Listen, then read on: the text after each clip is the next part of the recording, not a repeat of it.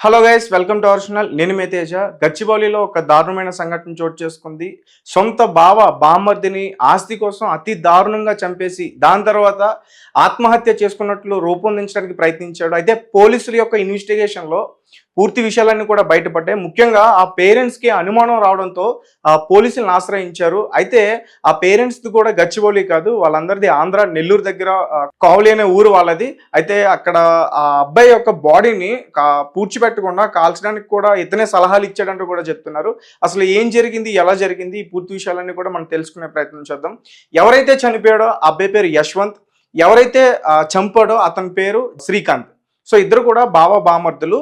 అయితే యశ్వంత్కి ఒక అక్క ఉంది, ఆమె పేరు అమూల్య. ప్రజెంట్ ఆమె ప్రెగ్నెంట్. అయితే ఈ కథ అంతా కూడా ఆమె వల్ల బయటపడింది. నిజానికి ఆమె ప్రెగ్నెంట్ అయినా సొంత భర్త ఇదంతా చేశాడని తెలిసినా కానీ భయపడకుండా నిజానికి ఆమె బయటకు వచ్చి చెప్పిందంటే గ్రేట్ అయినా చెప్పాలి అమూల్యకి. అయితే వీళ్ళందరూ కూడా హైదరాబాద్లో కలిసి ఉండేవారు. ముఖ్యంగా అమూల్యకి 2017లో శ్రీకాంత్తో పెళ్ళయింది. ఎవరైతే బాగున్నారో శ్రీకాంత్ 2017లో పెళ్ళయింది. అప్పటి నుంచి కూడా వీళ్ళందరూ కలిసి హైదరాబాద్లో ఉండేవారు. అయితే ఈ యశ్వంత్ మల్లారెడ్డి ఇంజనీరింగ్ కాలేజ్లో బీటెక్ కంప్లీట్ చేశాడు. సో ప్రెసెంట్ జాబ్ సర్చింగ్లో ఉన్నాడు. ఈ విషయాలన్నీ కూడా పోలీసులు వెల్లడిస్తున్నారు. అయితే ఈ శ్రీకాంత్కి చెడు అలవాట్లు ఎక్కువగా ఉన్నాయి, ముఖ్యంగా బెట్టింగ్. ఈ బెట్టింగ్లో చాలా కోట్లు నష్టపోయాడు. దాదాపు 5 కోట్ల వరకు కూడా నష్టపోయాడని చెప్తున్నారు. అయితే వీళ్ళు కూడా మేము చాలా కట్నం ఇచ్చే పెళ్లి చేసాం, వీళ్ళంటోడని తెలియదని ఇప్పుడు బాధపడుతున్నారు. కానీ ఇప్పుడు బాధపడిన ప్రయోజనం ఏం లేదు. జరగాల్సిందంతా కూడా జరిగిపోయింది. వాళ్ళు కూడా వాళ్ళ కొడుకుని కోల్పోయారు.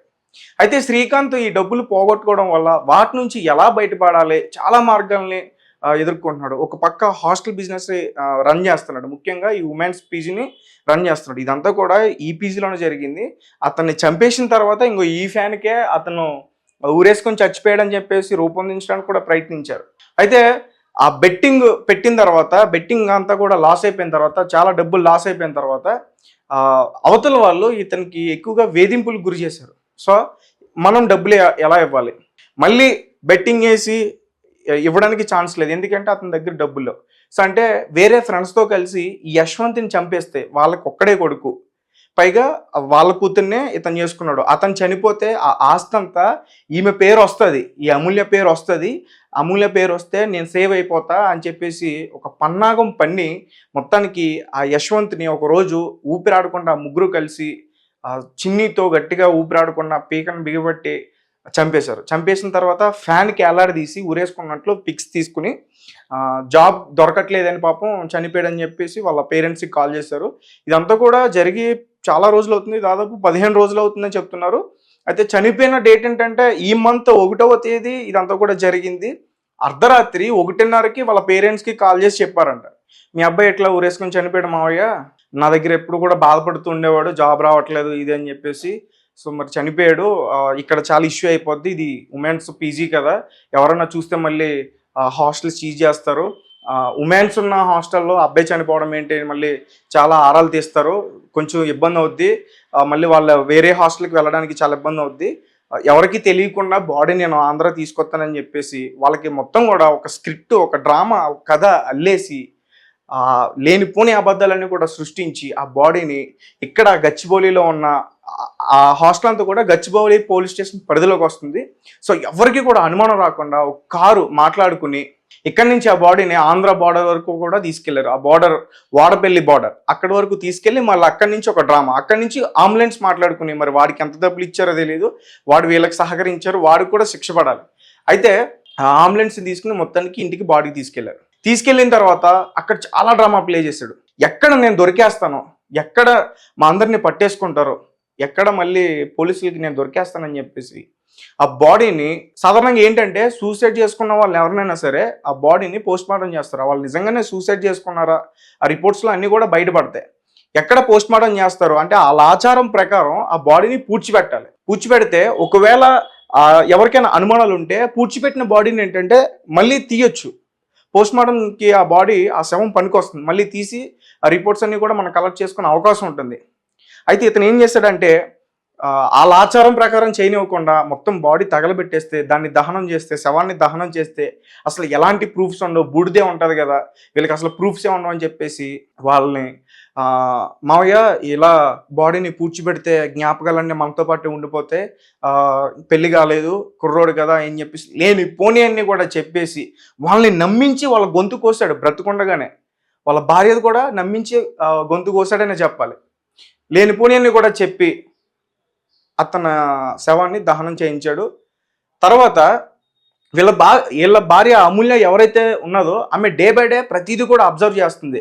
శ్రీకాంత్ యొక్క మాట తీరు కానీ అతని పని తీరు కానీ అవన్నీ కూడా చాలా డౌట్ఫుల్గా ఉన్నాయి. ఒక పక్కనేమో హాస్టల్ బిజినెస్ రన్ చేస్తున్నాడు, అక్కడ ఏమవుతుందో ఏంటనేది తెలియదు. ఈమెమో ప్రెగ్నెంట్. సో అంటే ఈమె డెలివరీ కోసం వాళ్ళ ఇంటికి వెళ్ళింది. సో అంటే ఇక్కడ అసలు ఏం జరుగుతుందో ఏంటి కూడా తెలియదు. అయితే మొత్తానికి అమూల్యకి డౌట్స్ వచ్చే, ఆ అనుమానాలు వచ్చే, ఇతను ఏదో చేసి ఉంటాడని చెప్పేసి ఆమె అనుకుంది. ధైర్యంగా వెళ్ళి వాళ్ళ పేరెంట్స్కి చెప్పింది, నా భర్త మీద నాకు అనుమానం ఉంది శ్రీకాంత్ మీద అని చెప్పేసి. అయితే అప్పటి వరకు పేరెంట్స్కి ఎట్లాంటి అనుమానాలు లేవు. ఎందుకంటే శ్రీకాంత్ వాళ్ళ అల్లుడు కొడుకులానే చూశారు. వాళ్ళు కూడా మా అమ్మాయిని బాగా చూసుకుంటున్నాడు, మమ్మల్ని కూడా అంతా బాగానే ఉంది, బామర్దిని కూడా దగ్గర పెట్టి చూసుకుంటున్నాడు, అంతా కూడా వాళ్ళు అలాగే నమ్మరు. కానీ ఇది ఇంత జరుగుతుందని వాళ్ళు ఎక్స్పెక్ట్ చేయలేదు. మొత్తానికి ఇంకా అమ్మాయి చెప్పింది కదా, అమ్మాయి ఓపెన్గా చెప్పడంతో ఇంకా అనుమానం రావడంతో వాళ్ళు ఏం చేశారంటే హైదరాబాద్కి వచ్చారు. హైదరాబాద్కి వచ్చి అసలు యశ్వంత్ ఏ టైం నుంచి ఏ టైం వరకు హాస్టల్లో ఉన్నాడు, ఎప్పుడు బయటకు వెళ్ళాడు, ఎప్పుడు లోపలికి మళ్ళీ ఎప్పుడు వచ్చాడు, ఇవన్నీ కూడా చెక్ చేద్దాం అని చెప్పేసి చూస్తే అక్కడ సీసీ కెమెరా రికార్డ్ అయ్యింది. దాన్ని డిలీట్ చేశారు. రైట్, ఓకే డిలీట్ అయిపోయింది, పొరపాటున డిలీట్ అయిపోయిందాం అనుకోవచ్చు అని అనుకున్నారు. దాని తర్వాత దానికి ఆపోజిట్లో ఇంకో షాప్ ఉంది. ఆ షాప్లో కూడా సీసీ కెమెరా ఉంది. ఆ సీసీ కెమెరాను కూడా చెక్ చేసే ప్రయత్నం చేస్తే అందులో ఉన్న రికార్డింగ్ మొత్తం కూడా డిలీట్ చేసేస్తుంది. ఇదేంటి ఒకేసారి డిలీట్ అయిపోయాయని చెప్పేసి వీళ్ళ అనుమానాలు ఇంకా ఎక్కువ అవుతున్నాయి. ఇంకా లాభం లేదని చెప్పేసి గచ్చిబౌలి పోలీస్ స్టేషన్కి వెళ్ళి ఫిర్యాదు చేశారు. పోలీసులు శ్రీకాంత్ని మెల్లగా అబ్జర్వ్ చేస్తూ అతను ఏం చేస్తున్నాడు ఏంటి ఎవరితో మాట్లాడుతున్న అన్నీ కూడా మెల్లగా అబ్జర్వ్ చేస్తూ వాళ్ళు గమనించి టైం చూసి పట్టుకున్నారు. పట్టుకున్న తర్వాత అతనితో పాటు మరొక ఇద్దరు వ్యక్తులు ఉన్నారు. ఒకరి పేరు వెంకటేష్, ఇంకొకరి పేరు ఆనంద్. చెరొక 10 లక్షలు ఇచ్చాడు వాళ్ళిద్దరూ శ్రీకాంత్కి సహకరించారు. అంటే ముగ్గురు, ఒక్కడ కాదు ఇక్కడ చంపింది, ముగ్గురు కలిసి ఒక అబ్బాయిని చంపేశారు. అందులో శ్రీకాంత్ బావ, యశ్వంత్కి బావ. సో ముగ్గురిని కూడా అదుపులోకి తీసుకుని మొత్తం కూడా విచారిస్తే అసలు నిజాలు బయటపడ్డాయి. కేవలం ఆస్తి కోసమే శ్రీకాంత్ యశ్వంత్ని చంపేశాడు. ఒక పక్క భార్య ప్రెగ్నెంట్తో ఉంది, మరో పక్క ఆ పేరెంట్స్ ఇతని పైన నమ్మకం పెట్టుకున్నారు. అంటే కొడుకును పంపించి నా కొడుకుని అతను చూసుకుంటున్నాడని నమ్మకం పెట్టుకుంటున్నారు. ఇవన్నీ కూడా ఒమ్ము చేసేసాడనే చెప్పాలి. శ్రీకాంత్ దారుణంగా అతన్ని చంపేశాడు. ఈ పూర్తి విషయాలన్నీ కూడా బయటకు వచ్చాయి. అయితే ఇంకా చాలా ట్రై చేశా ఈ హాస్టల్కి సంబంధించి శ్రీకాంత్ అసలు ఎట్లాంటి ఏంది బెట్టింగ్స్ అంటున్నారు అని. సో ఉమెన్స్ హాస్టల్ కావడంతో వీళ్ళెవరు కూడా మాట్లాడే ప్రయత్నించలేదు. అలాగే పోలీసులు కూడా వీళ్ళెవరిని కూడా ఇబ్బంది పెట్టే ప్రయత్నించలేదు. అంటే సడన్ గా మళ్ళీ హాస్టల్స్ అవన్నీ చేంజ్ అవడం చాలా ఇబ్బంది ఉంటుంది. సో మనకైతే ఇన్సిడెంట్ ఎక్కడైతే జరిగిందో ఆ ప్లేస్కి అయితే నేను వచ్చా క్లియర్ గా చూపించే ప్రయత్నం చేస్తాను. మిగతా విషయాలన్నీ కూడా చెప్పే ప్రయత్నం కూడా చేస్తున్నా. ఇందులో ఒక విషయం అర్థం చేసుకోవాలి, ముఖ్యంగా బెట్టింగ్. ఇప్పటివరకు మనం చాలా వీడియోలు కూడా దీని గురించి మాట్లాడడం జరిగింది. ఎందుకంటే ఈ హైదరాబాద్లో ఉంటున్న హాస్టలర్స్, ముఖ్యంగా ఈ స్టూడెంట్స్ కానివ్వండి, లేకపోతే జాబ్ చేసుకునేవ్వండి, జాబ్ చేసే వాళ్ళు కానివ్వండి, చిన్న చిన్న వాళ్ళందరూ కూడా ఈజీ వే వెతుక్కుంటున్నారు. మనీ ఎలా సంపాదించాలి, మనీ ఎలా ఈజీగా ఎర్న్ చేయాలి, జాబ్కి వెళ్లకుండా కష్టపడకుండా ఫోన్లోనే ఎలా మనీ సంపాదించాలి. ఎవడో ఒకడు ఉంటాడు హాస్టల్లో చెడగొట్టడానికి, వాడు మిగతా వాళ్ళందరికీ కూడా చెప్పి వాడు చెడగొట్టేస్తాడు. వీళ్ళు ఏం చేస్తారంటే ఫస్ట్ ఈ బెట్టింగ్స్ ఎట్లా ఉంటాయంటే ఫస్ట్ మనం మనీ పెట్టాలి, పెట్టుబడి అంటారు కదా, అట్లా పెట్టాలి. వీళ్ళు ఏం చేస్తారంటే ఈ హాస్టల్కి సంబంధించిన ఫీజు, లేకపోతే కాలేజీకి సంబంధించిన ఫీజు, లేకపోతే బుక్స్ కానీ, లేకపోతే వేరే లైబ్రరీ కానీ, ఏదో కోచింగ్ కానీ పంపించిన ఆ మనీ అంతా కూడా ఈ బెట్టింగ్ యాప్స్లో పెట్టేస్తారు. వస్తాయి, డబ్బులు వస్తాయి, ఫస్ట్లో బాగానే ఉంటుంది. దాని తర్వాత డబ్బులన్నీ కూడా పోతాయి. ఎలా పోతాయి? అప్పులు చేసేంత వరకు కూడా పోతాయి. ఒకేసారి మళ్ళీ క్లియర్ చేసేద్దాం, ఒకేసారి మొత్తం కూడా ఒకేసారి రాబెట్టేద్దాం అని చెప్పేసి అలా స్టెప్ బై స్టెప్ మొత్తం డబ్బులన్నీ కూడా పోతాయి. అలా శ్రీకాంత్ డబ్బులు బాగొట్టుకున్నాడు. దాదాపు 5 కోట్ల వరకు కూడా నష్టపోయాడు. కానీ ఇతను చేసిన పెద్ద తప్పు ఏంటంటే సొంత బామర్దిని చంపడం, ఆస్తి మీద కన్నేయడం. సో ఇదంతా చూస్తే చాలా డేంజర్ అనిపిస్తుంది. మన వాళ్ళే, మన తోబుట్టువులే, మన బంధువులే డబ్బుల కోసం ఏదైనా చేయడానికి సిద్ధంగా ఉన్నారు. ఈ వీడియోను కాదు, ఇంతకుముందు చాలా వీడియోస్లో కూడా మనం చూసుకుంటే ఇలాంటి సంఘటనలు చాలా జరిగాయి. అండ్ ఫైనల్లీ ఇక్కడ ఒక మనిషికి సెల్యూట్ చెప్పాలి. ఎవరైతే యశ్వంత్ సిస్టర్ ఉన్నారో తన ప్రెగ్నెంట్తో ఉన్న విషయం పక్కన పెట్టి తన సొంత భర్త ఇదంతా చేశాడని ధైర్యంగా వాళ్ళ పేరెంట్స్కి చెప్పగలిగింది. తన జీవితం ఏమైపోతుంది, ఒక పక్క ప్రెగ్నెంట్, డెలివరీ అయితే మళ్ళీ నాన్న లేరు అనే ఇది ఉంటుంది కదా, అవన్నీ కూడా పక్కన పెట్టి ధైర్యంగా ముందుకొచ్చి నిజం చెప్పింది అమూల్యకి సెల్యూట్ చెప్పాలి. సో అందరూ కూడా జాగ్రత్తగా ఉండండి. ఈ బెట్టింగ్ ఆడే ఫ్రెండ్స్కి దూరంగా ఉండండి. బెట్టింగ్స్ ఆడే బంధువులు కూడా దూరంగా పెట్టండి, లేదంటే మీరు ఖచ్చితంగా చిక్కుల్లో పడతారు. Thank you for watching. Thank you so much.